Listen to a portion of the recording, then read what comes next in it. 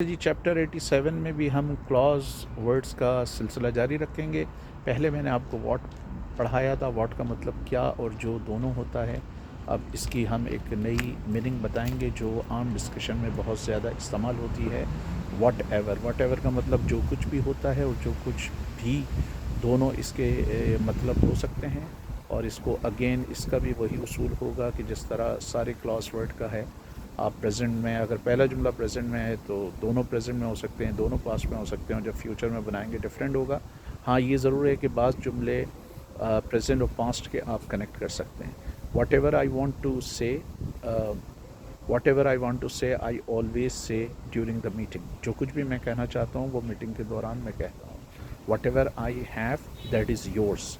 जो कुछ भी मेरे पास है वो तुम्हारा है। जैसे एक बाप अपने बेटे को कह सकता है whatever I have that is yours.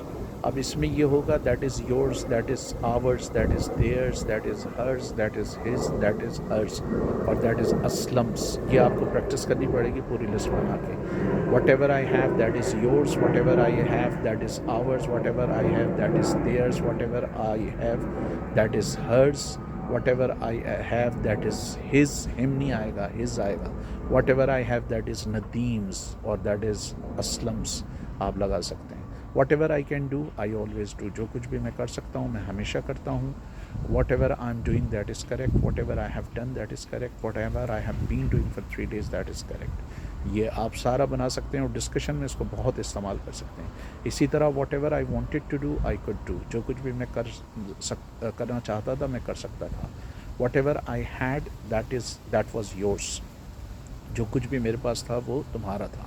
Whatever they had that was ours. जो कुछ उनके पास था वो हमारा था। तो again you will have to write, आपको सिस्टमेटिकली लिखना पड़ेगा। Whatever I have that is yours, that is hers, that is ours, that is their, that is his, that is Nadeem's. Future में what ever I say that will be truth. जो कुछ भी मैं कहूँगा वो सच होगा। अगर कभी आप अदालत की कार्रवाई देखें तो इसमें ये जुमला ज़रूर आता है। और आप अगर गौर से देखें, what ever I say that will be truth, nothing but the truth. What ever I say that will be truth, nothing but the truth. What ever I can say, whatever I can do I will do. जो कुछ भी मैं कर सकता हूँ मैं करूँगा।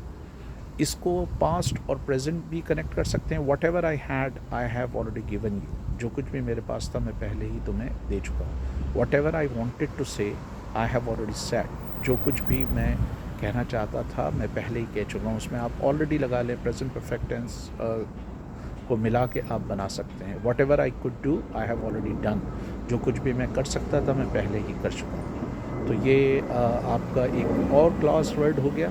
Again इसकी प्रैक्टिस बहुत करनी पड़ेगी। समझ में ये आपको 1 आध मिनट में आ जाएगा, लेकिन जब आप बोलेंगे तो आपकी ज़बान से नहीं निकलेगा अगर आपकी प्रैक्टिस नहीं होगी। तो अगले चैप्टर के साथ हम हाजिर होंगे।